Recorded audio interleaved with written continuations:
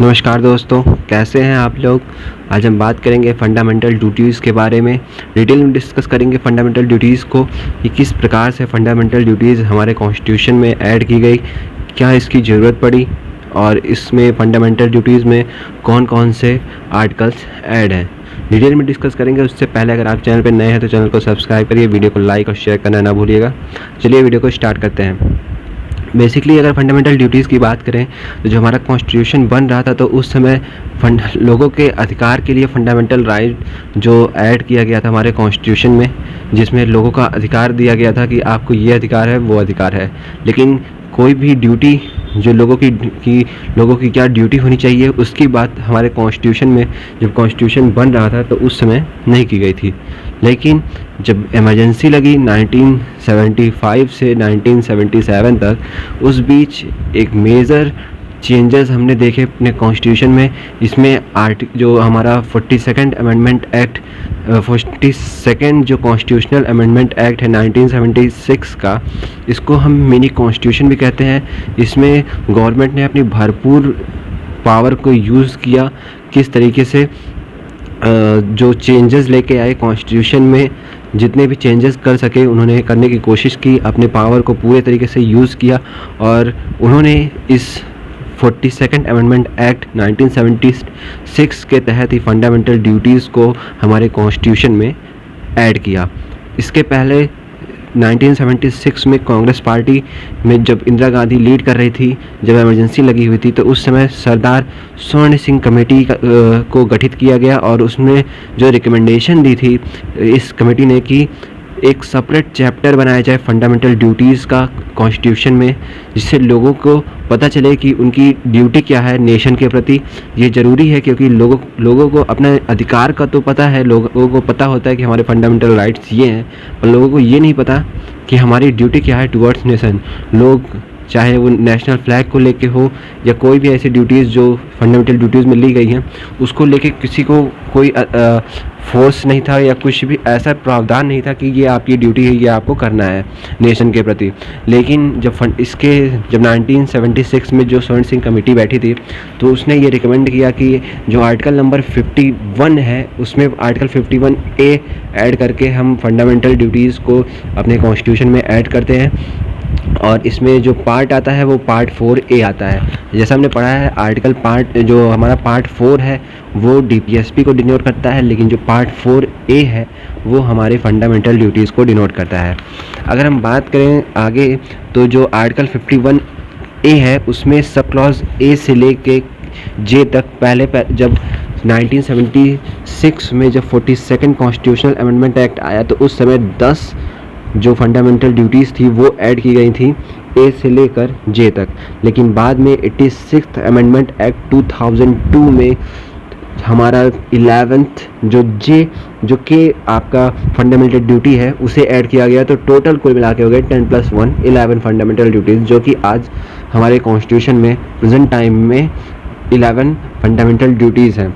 और अगर हम बात करें थोड़ा फंडामेंटल ड्यूटीज़ की, तो जिस तरीके से फंडामेंटल राइट्स में कुछ प्रावधान है कि वो फॉरेनर्स पे भी लागू होते हैं, लेकिन जो फंडामेंटल ड्यूटीज़ है ये सिर्फ़ और सिर्फ इंडियंस पे लागू होते हैं। इस तरीके का ऑब्जेक्टिव क्वेश्चन आपको एग्ज़ाम में मिल सकते हैं कि बताइए क्या फंडामेंटल ड्यूटीज़ सिर्फ ओनली इंडियन सिटीज़न को लागू होते हैं या फॉरेनर पे भी लागू होते हैं या फिर दोनों पे लागू होते हैं या इनमें से कोई नहीं। तो इस तरीके के क्वेश्चन आपको देखने को मिल सकते हैं एग्ज़ाम्स में। तो फंडामेंटल ड्यूटीज़ जो है ये जो केवल सिटीजन्स ऑफ इंडिया, जो सिटीजन है इंडिया के जो सिटीज़न है सिर्फ उन्हीं पे लागू हो सकते हैं। और अगर जिस तरीके से DPSP था जो कि नॉन जस्टिसेबल, और कोर्ट में इसे अगर वायलेट होता है DPSP का तो हम कोर्ट में जाके पिटीशन या केस नहीं कर सकते कि हमारी ये हमारी जो directive principle of state policy है इसका वायलेशन हुआ है। उसी तरीके से फंडामेंटल ड्यूटीज़ का भी है कि अगर फंडामेंटल ड्यूटीज़ का वायलेशन होता है तो आप इस पर जाके केस नहीं कर सकते कि ये फंडामेंटल ड्यूटीज़ का वायलेशन हुआ है। अब हम बात करते हैं फंडामेंटल ड्यूटीज़ की। जो सारी 11 फंडामेंटल ड्यूटीज़ थी उनको 1 बाय 1 हम डिस्कस करेंगे। तो आर्टिकल नंबर 51A में जो सबसे पहला है वो ऐड किया गया है कि इसमें रिस्पेक्ट करना है नेशनल फ्लैग और नेशनल एंथम। इसमें आपको नेशनल फ्लैग के जो कोड ऑफ कंडक्ट है और जो नेशनल एंथम का कोड ऑफ कंडक्ट है उनको आपको रिस्पेक्ट करना है, उनको फॉलो करना है अगर आप इंडियन सिटीज़न हैं। तो ये आपकी फंडामेंटल ड्यूटी है कि आप जो नेशनल एंथम और नेशनल फ्लैग है उसको रिस्पेक्ट दें। और जब आर्टिकल 51A क्लॉज बी में अगर हम बात करें तो उसमें cherish and follow the noble ideals that inspired the national struggle for freedom. इसमें बात की गई है जो भी हमारे फ्रीडम फाइटर हैं, जो जब आज़ादी के समय जो उन्होंने अपना योगदान दिया है फ्रीडम में, उनको हम फॉलो करें या उनको हम उनके जो मीन्स थे, जिस तरीके से वो काम करते थे, उनके काम करने का तरीका या उनके जिस तरीके से वो उनका हाव भाव था, उनको हमें फॉलो करना चाहिए, उनको हमें चेरिश करना चाहिए, उनको हमें प्रोत्साहन करना चाहिए। ये बात की गई है 51A क्लॉज बी में। इसके बाद जो सी है उसमें है कि हमें प्रोटेक्ट करना है sovereignty, integrity and unity of India. Basically sovereignty को प्रोटेक्ट करने की बात की गई है, यूनिटी हम एक रहें, हम सॉवरेन हों, और इंटीग्रिटी की बात की गई है इंडिया की इसमें। अगर इसके बाद जो डी है उसमें डिफेंड करने की बात की गई है कि अगर कोई भी आकस्मिक कंडीशन होती है नेशन पे, लाइक वॉर की कंडीशन होती है, तो ये हमारी ड्यूटी बनती है कि हम अपने कंट्री को प्रोटेक्ट करें, चाहे हम उस समय आर्मी में हों या ना हो, लेकिन हम इंडिया के सिटीज़न हैं। तो अगर इंडिया पे कोई भी इस तरीके का वॉर सिचुएशन या कोई भी लाइक रास्ता आती है तो उस कंडीशन में हमें कंट्री के साथ खड़ा होना चाहिए और कंट्री को किसी अपने हर तरीके से, जिस तरीके से हम सपोर्ट कर सकें, हमें करना चाहिए। ये हमारी मोरल फंडामेंटल ड्यूटीज़ हैं। इसके बाद जो ई फंडामेंटल ड्यूटी है, फिफ्थ फंडामेंटल ड्यूटीज़, उसमें प्रमोट करने की बात की गई है harmony and spirit of brotherhood की बात की गई है। बेसिकली इसमें भाईचारे की बात की गई है कि हमें ये ना देख के कि कौन किस रिलीजन का है, कौन किस कास्ट का है, कौन किस रीजन का है, चाहे कोई भी, क्योंकि इंडिया में बहुत सी डाइवर्सिटीज़ एग्जिस्ट करती हैं। कई सारे ट्राइबल कम्युनिटी हैं, कई सारे कास्ट हैं जो इंडिया में रहते हैं, काफ़ी मेजर चंक में भी रहते हैं, लेकिन हमें उन सबको दरकिनार करके हमें भाईचारे की भावना से एक साथ रहना चाहिए। ये जो फंडामेंटल ड्यूटीज़ के फिफ्थ फंडामेंटल ड्यूटीज़ है ये कहती है। इसके बाद जो सिक्स्थ फंडामेंटल ड्यूटीज़ है उसमें बात की गई है कि जो हमारी बहुमूल्य धरोहर है कंट्री की, उसे प्रिजर्व करने की बात की गई है। Preserve the rich heritage of the countries composite culture. Basically जो भी हमारी हेरिटेज है, जो भी हमारी बहुमूल्य धरोहरें हैं, उनको संरक्षित करके रखने की बात की गई है हमारे सिक्स्थ फंडामेंटल ड्यूटीज़ में। इसके बाद हमारी जो सेवन्थ फंडामेंटल ड्यूटी है वो ये है कि हम जो नेचुरल एनवायरनमेंट है उसे इम्प्रूव करें और उसे प्रोटेक्ट करें, चाहे उसमें फॉरेस्ट आए, चाहे लेक, जैसे एग्जांपल के तौर पे फॉरेस्ट को हमें प्रोटेक्ट करके रखना चाहिए, लेक को हमें प्रोटेक्ट करना है, रिवर को, वाइल्ड लाइफ स्पीसीज़ को, जो भी हमारे नेचुरल एनवायरनमेंट है उनको हमें संरक्षित करना है और उनको किसी न किसी तरीके से हमें बढ़ावा करना है कि वो फले फूले, क्योंकि उसके कारण ही हमें जैसे पता है कि अगर इन्वायरमेंट, जो नेचुरल इन्वायरमेंट है, नेचुरल हैबिटेट है, वो अगर एग्जिस्ट धीरे धीरे डिक्लाइन करेगा तो आपकी ग्लोबल वार्मिंग और पॉल्यूशन जो लेवल है, जो एयर क्वालिटी इंडेक्स जो आते हैं आज के जिस तरीके से राइज़ कर रहे हैं, तो ये काफ़ी चिंताजनक कारण है। तो इसलिए हमें अपने नेचुरल इन्वायरमेंट को प्रोटेक्ट करके रखना चाहिए।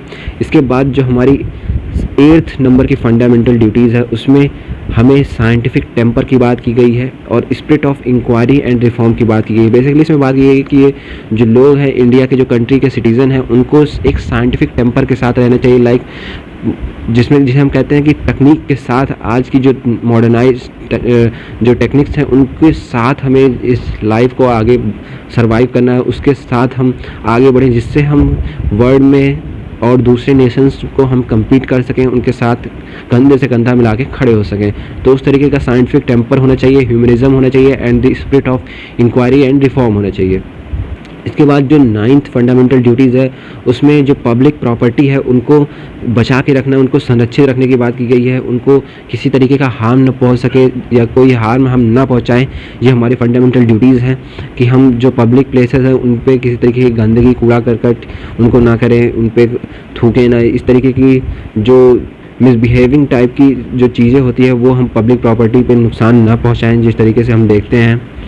और इसके बाद जो 10th फंडामेंटल ड्यूटीज़ थी, जो ड्यूटी है वो ऐड की गई थी, वो है कि to strive towards excellence in the all sphere. हमें बेसिकली बात की गई है कि हम इंडिविजुअल बेसिस पे जो हमें अपने आप को इम्प्रूव करते रहना चाहिए, जिससे अगर हम अपने आप को इम्प्रूव करेंगे तो अगर 1 बाय 1 पीपल्स अपने आप को इम्प्रूव करेगा रेगुलर बेसिस पे, तो उससे क्या होगा, जो नेशन है वो कॉन्स्टेंटली राइज़ करेगा और जो एक हायर लेवल ऑफ अचीवमेंट की तरफ वो राइज़ करेगा। तो इसलिए हमें को निरंतर तौर पे प्रयास करते रहना चाहिए कि हम अपने आप को आगे की तरफ बढ़ते रहें। ऐसा ना हो कि हम अपने आप को रोक दें और बाकी दुनिया हमसे आगे निकल जाए।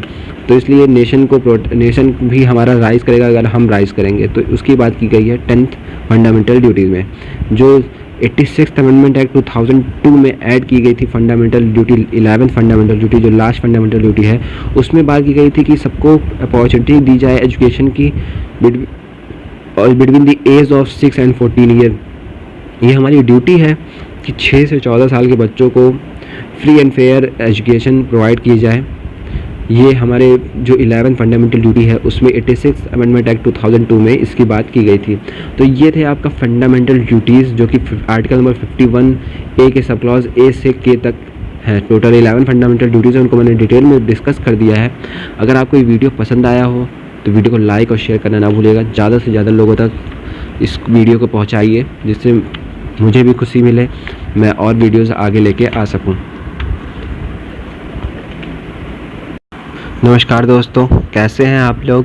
आज हम बात करेंगे फंडामेंटल ड्यूटीज़ के बारे